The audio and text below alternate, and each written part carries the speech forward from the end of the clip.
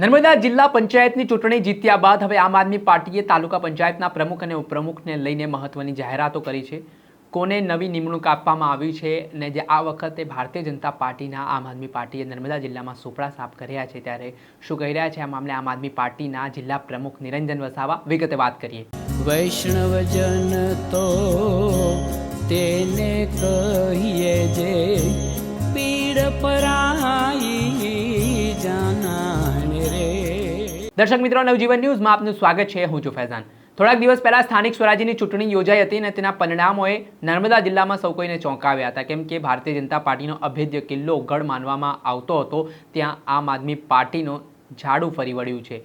જ્યાં જિલ્લા પંચાયત અને તાલુકા પંચાયતમાં આમ આદમી પાર્ટીએ જબરજસ્ત કમાલ કર્યું છે ને ક્યાંક આ ભારતીય જનતા પાર્ટી માટે એક મોટો ફટકો પણ મનાઈ રહ્યો છે. 2027ની વિધાનસભાની ચૂંટણી પહેલાં 4 તાલુકા પંચાયતમાં આમ આદમી પાર્ટીનું ઝાડુ છે તે ફરી વળ્યું છે, જેમાં ગરુડેશ્વર, સાગબારા, ડેડિયાપાડા અને ચિગદા તાલુકા, જે નવો તાલુકો બન્યો છે, તેમાં આમ આદમી પાર્ટીનો ભવ્ય વિજય થયો છે. ત્યારે આ બાબતને લઈને હવે જિલ્લા પંચાયત બાદ હવે તાલુકા પંચાયતના પ્રમુખ અને ઉપપ્રમુખની જે વરણી કરવામાં આવી છે, ત્યારે 4 તાલુકા પંચાયતના પ્રમુખ તરીકે કોને નિમણૂક આપવામાં આવી છે તેને લઈને નામ સામે આવી રહ્યા છે. જેમાં વાત કરીએ તો ખાસ કરીને ડેડિયાપાડામાં તો પંચાયતના પ્રમુખ તરીકે પ્રેમીલાબેન વસાવા અને ઉપપ્રમુખ તરીકે અમરસિંહભાઈ પાલસિંહભાઈને સ્થાન આપવામાં આવ્યું છે. ગરુડેશ્વર તાલુકા પંચાયતમાં પ્રમુખ તરીકે અનિતાબેન તડવી અને ઉપપ્રમુખ તરીકે નિલેશભાઈ તડવી. ચિગદા તાલુકામાં પ્રમુખ તરીકે રમેશભાઈ વસાવા અને ઉપપ્રમુખ પદે વિદ્યાબેન વસાવા. સાથે સાગબારા તાલુકામાં પ્રમુખ તરીકે જગદીશભાઈ વસાવા અને ઉપપ્રમુખ તરીકે પુંજાબેન ગોસાઈની નિમણૂક કરવામાં આવી છે. આ મામલાને લઈને આમ આદમી પાર્ટીના નર્મદા જિલ્લા પ્રમુખ નિરંજન વસાવા શું કહી રહ્યા છે તેમને સાંભળો. આજ રોજ ગરડેશ્વર તાલુકામાં પ્રમુખ અને ઉપપ્રમુખની વરણીમાં અમારા અનિતાબેન અરવિંદભાઈ તડવી અને નિલેશભાઈ ભગવાનભાઈ તડવીને અમે ઉપપ્રમુખ તરીકે વરણી કરી છે. એ માટે અમે સમગ્ર ગરડેશ્વર તાલુકાની જનતાનો અમે ખૂબ આભાર માનીએ છીએ કે જે જનતાએ અમને જંગી બહુમતીથી જીતાડી અને ગરડેશ્વર તાલુકાની કમાન સંભાળવાની જવાબદારી સોંપી છે.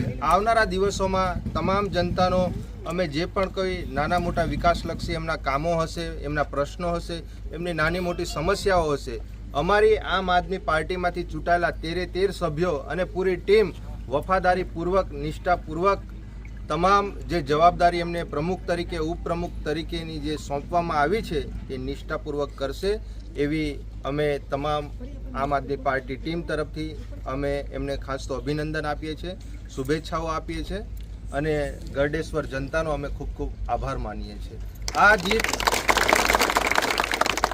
આ જીત એ ફક્ત ગરડેશ્વર તાલુકાની સાથે સાથે આખા નર્મદા જિલ્લાની જીત છે.